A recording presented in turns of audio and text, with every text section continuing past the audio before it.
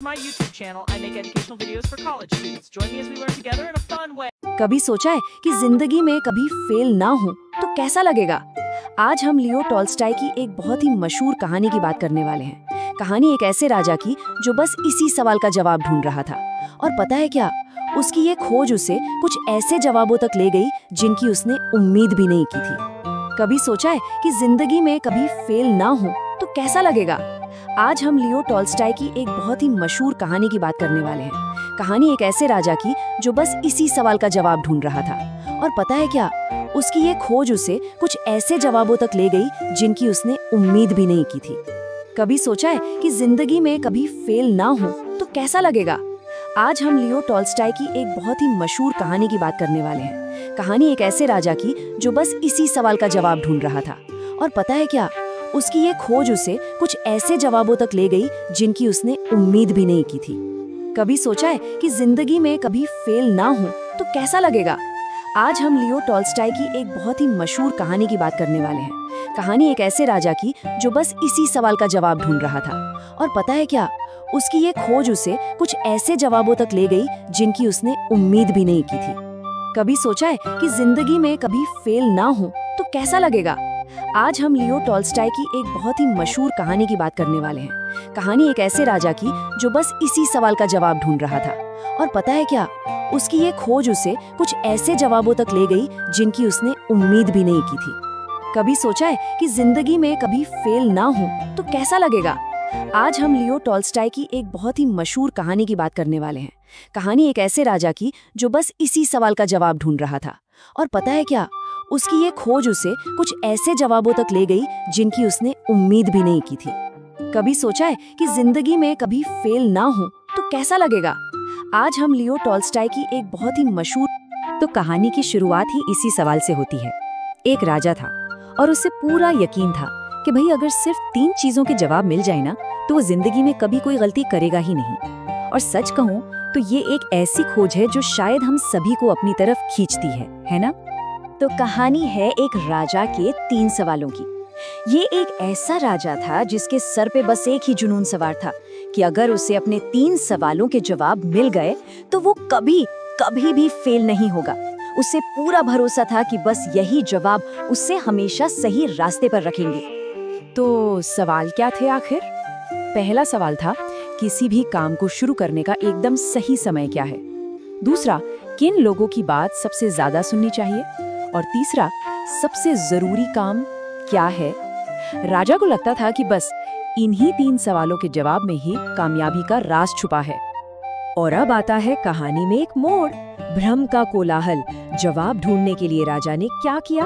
उसने अपने राज्य के सबसे समझदार, सबसे बुद्धिमान लोगों को बुलाया और ऐलान कर दिया कि जो भी इन सवालों का सही जवाब देगा उसे बहुत बड़ा इनाम मिलेगा। लेकिन हुआ क्या? उसे कोई साफ जवाब नहीं मिला, बल्कि कंफ्यूजन और बढ़ गया। जितने लोग उतने जवाब, हर किसी का जवाब दूसरे से बिल्कुल अलग। राजा तो बेचारा जवाब ढूंढने निकला था और उलझनों के जाल में ही फंस गया। मतलब जवाब इतने अलग अलग थे। देखिए, पहले सवाल कब के लिए कुछ लोगों ने कहा एक सख्त टाइम टेबल बनाओ, दूसरों ने कहा नहीं, बुद्धिमान लोगों की एक काउंसिल बनाओ, और कुछ ने तो हद ही कर दी, बोले जादूगरों से पूछो। और कौन, मतलब किन लोगों की सुने, इस पर भी कोई एक राय नहीं थी। कोई सलाहकारों को जरूरी बता रहा था, तो कोई पुजारियों और डॉक्टरों को, और कोई कह रहा था कि सैनिक ही सबसे जरूरी हैं। और यही हाल तीसरे सवाल का भी था। अब इतने सारे अलग अलग जवाब सुनकर राजा का सिर चकरा गया। उसे एक भी जवाब सही नहीं लगा। उसे समझ आ गया कि ये सब किताबी बातें हैं, सिर्फ थ्योरी। इनसे वो प्रैक्टिकल ज्ञान तो मिलने से रहा जिसकी उसे तलाश थी। तो जाहिर है उसने किसी को भी कोई इनाम नहीं दिया। अब दरबार के ज्ञान से तो राजा का मोह भंग हो चुका था, तो उसने एक बिल्कुल अलग रास्ता अपनाने का फैसला किया। उसने सुना था कि पास के जंगल में एक बहुत ही बुद्धिमान साधु रहते हैं जो एकदम सादा जीवन जीते हैं। तो राजा ने तय किया कि अब वो उन्हीं के पास जाएगा। और देखिए, राजा ने अपनी शाही पहचान छुपाने के लिए एकदम आम आदमी वाले कपड़े पहने और अकेला ही साधु से मिलने निकल पड़ा। वहां पहुंचकर उसने कोई लाग लपेट नहीं की, सीधे सीधे अपने वही 3 सवाल पूछ लिए जो उसे इतना परेशान कर रहे थे।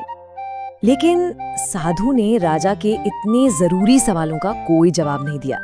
उसने बस राजा की बात सुनी और फिर बिना कुछ कहे चुपचाप अपनी जमीन खोदता रहा। ये जो चुप्पी थी ना, यही अपने आप में एक जवाब की शुरुआत थी, एक ऐसा जवाब जिसे राजा को खुद ढूंढना था। राजा ने देखा कि साधु थक गए हैं, तो उसने मदद की पेशकश की और खुद ही फावड़ा उठा लिया। 1 घंटा बीत गया, फिर दूसरा, सूरज भी ढलने लगा था। अब राजा का सब्र जवाब दे रहा था। उसने एक बार फिर अपने सवाल दोहराए, लेकिन साधु फिर भी चुप, कोई जवाब नहीं। राजा अब निराश हो चुका था और बस लौटने ही वाला था कि तभी साधु ने आखिर अपनी चुप्पी तोड़ी। पर उसने राजा के सवालों का जवाब नहीं दिया, बल्कि उसने कहीं इशारा करते हुए कहा, देखो कोई दौड़ता हुआ आ रहा है। और बस इन चंद शब्दों ने कहानी का रुख ही मोड़ दिया। यहीं से वो हिस्सा शुरू होता है जहां जवाब मिलते हैं, और ये जवाब शब्दों में नहीं बल्कि एक्शन में, कर्मों में छिपे थे। एक ऐसी घटना होने वाली थी जिसके जरिए राजा को अपने सारे सवालों के जवाब खुद ब खुद मिलने वाले थे। तो जैसे ही साधु ने इशारा किया, राजा ने देखा कि एक दाढ़ी वाला आदमी उनकी तरफ भागा आ रहा है। वो बुरी तरह से जख्मी था, खून से लथपथ, और वो आकर सीधा राजा के सामने गिर पड़ा। राजा ने 1 सेकंड भी नहीं सोचा। उसने फौरन उस आदमी के घाव को धोया, साफ किया और पट्टी बांधी। वो तब तक बार बार पट्टी बदलता रहा जब तक कि खून बहना बंद नहीं हो गया। उसने उस आदमी की जान बचा ली। और जब उस जख्मी आदमी को होश आया तो उसने एक ऐसी बात बताई जिसे सुनकर राजा के होश उड़ गए। उसने कहा, मैं तो आपका वो दुश्मन हूँ जिसने आपसे बदला लेने की कसम खाई थी। मैं आपको मारना चाहता था और आपने मेरी जान बचा ली। सोचिए, वो आदमी राजा का पुराना दुश्मन था जो उसे मारने के लिए ही घात लगाकर बैठा था, और राजा ने अनजाने में उसी की जान बचा ली। राजा के बस एक काम का नतीजा देखिए कितना जबरदस्त निकला। उसने न सिर्फ अपने दुश्मन की जान बचाई, बल्कि उसे एक वफादार दोस्त में बदल दिया। राजा को इस बात की बहुत खुशी हुई कि उसने कितनी आसानी से अपने एक दुश्मन के साथ सुलह कर ली थी। और अब कहानी अपने क्लाइमैक्स पर पहुंचती है, अभी का ज्ञान। अब वो समय आता है जब साधु आखिर में बताता है कि पूरे दिन जो कुछ भी हुआ उसमें क्या गहरा ज्ञान छिपा था।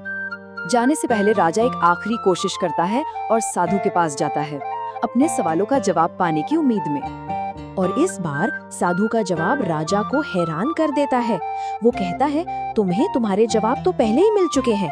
साधु ने फिर समझाया कि जवाब किसी किताब या शब्दों में नहीं थे, वो तो उन कामों में छुपे थे जो राजा ने अभी अभी किए थे। तो पहला जवाब क्या था? सबसे जरूरी समय क्या है? साधु ने कहा, सबसे जरूरी समय अभी है, नाउ। ये वो पल है जिसमें हमारे पास कुछ करने की शक्ति होती है। अगर तुम उस वक्त मेरी मदद नहीं करते और चले जाते तो वो दुश्मन तुम पर हमला कर देता। तो उस पर क्यारियां खोदना ही सबसे जरूरी समय था। दूसरा जवाब, सबसे जरूरी व्यक्ति कौन है? वो इंसान जो उस पल आपके साथ है। जब राजा खुदाई कर रहा था तो साधु सबसे जरूरी व्यक्ति था, और जब वो जख्मी आदमी आया तो वो सबसे जरूरी व्यक्ति बन गया, क्योंकि हमें नहीं पता कि अगले पल हम किसी और से मिल भी पाएंगे या नहीं। और तीसरा और आखिरी जवाब, सबसे जरूरी काम क्या है? उस व्यक्ति की भलाई करना जो आपके साथ है। पहले साधु के लिए अच्छा करना और फिर उस घायल दुश्मन की जान बचाना, यही उस पल में राजा का सबसे जरूरी काम था। और इसी एक काम ने सब कुछ बदल दिया। तो आखिर में राजा को समझ आया कि असली ज्ञान बड़ी बड़ी बातों या सिद्धांतों में नहीं, बल्कि एक्शन में है, कर्म में है। ये जवाब सीखने वाली कोई चीज नहीं थे, बल्कि जीने वाले सच थे। सच्ची समझदारी इसी में है कि हम अपने आज में, अपने अभी में जिएं और जो भी हमारे सामने है उसकी भलाई करें। और ये कहानी हम सबको एक बहुत ही दमदार सवाल के साथ छोड़ जाती है कि हमारे लिए ठीक इसी पल में सबसे जरूरी काम क्या है और सबसे जरूरी इंसान कौन है। और इसका जवाब, जैसा राजा ने सीखा, हमेशा हमारे ठीक सामने ही होता है।